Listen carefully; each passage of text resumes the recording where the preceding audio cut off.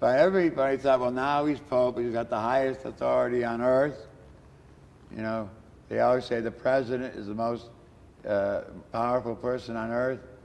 I guess that's true temporarily, but the most important person on earth is the Pope, whether you like it or not. And much longer range than any president of these United States. So, just as Jefferson said you had to revamp the Constitution every 19 years, so the church has to reinterpret the gospel. But they won't. The proof of this is read the Catechism of the Catholic Church. It's put together nicely. It has good numbers, references, but when you get down to all the explications, it's all junk stuff that I was taught in the seminary 50 years ago. It's useless. Transubstantiation isn't there. He played tricks on us. When John the 23rd died, we had national conference, we had collegiality coming from the College of the 12 Apostles. Then they changed it, Paul II changed it to collaboration. That the lay people, the inferior crowd, is to collaborate with the choice, first-class crowd, the clergy. Well, there's no clergy and laity in Jesus, religion, faith. So that was one trick, you know.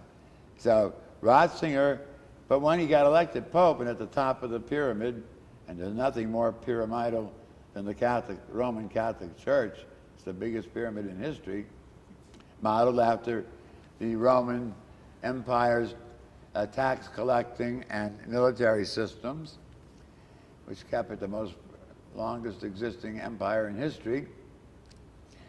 We thought that his intellectual ability and trying to be a servant of the truth, which he perhaps honestly thought he was, would save him from power drunkenness.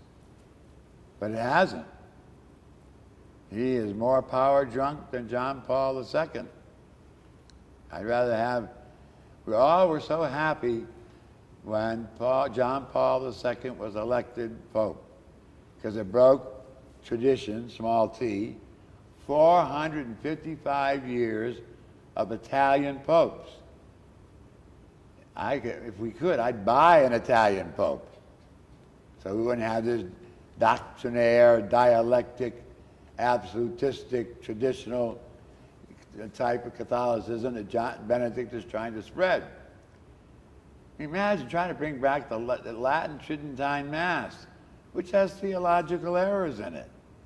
So we thought he would be safe from that. He succumbed right to it.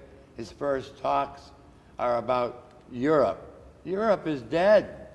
Euro, no euro. The Catholic Church in Europe is dead unless some new St. Francis or St. Dominic comes and revives it. Sell those cathedrals. One lady said that on public broadcasting. Sell the Vatican.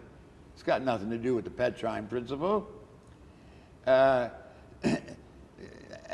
Ratzinger, all he talks about is relativism and Europe, the center of faith. Right, you think that the 2/3 of the church that's black and yellow gives a damn about Europe anymore? No. They don't care about metaphysics. It means nothing to them. Vietnamese Catholics never heard of such nonsense. And they're the church of the future, not these silly people that don't even go to Mass in Europe. So he turned out to be a traitor to the cause. And his intellectuality did not save him. And I pray every day he will pass to his glory. Okay? If I could, I'd have a missa ad delendum said for him. A medieval custom where you gave money or a chicken to the priest and he said a mass to wipe out your enemy. So I'd love to have the guts to have a missa ad delendum said for the death of Benedict XVI. He's just a wonderful man, a rotten pope. And John Paul II was worse. And the press loved him. That's what silly judges they are. And people thought he was wonderful. He was a traitor to Jesus, in my mind. And it's tough language, but I mean it. What he did to the church. Amen. I'm going to get arrested when we sell this. You're gonna get shot. I know it, but I love it. Oh man, okay, The truth is the truth. that's true.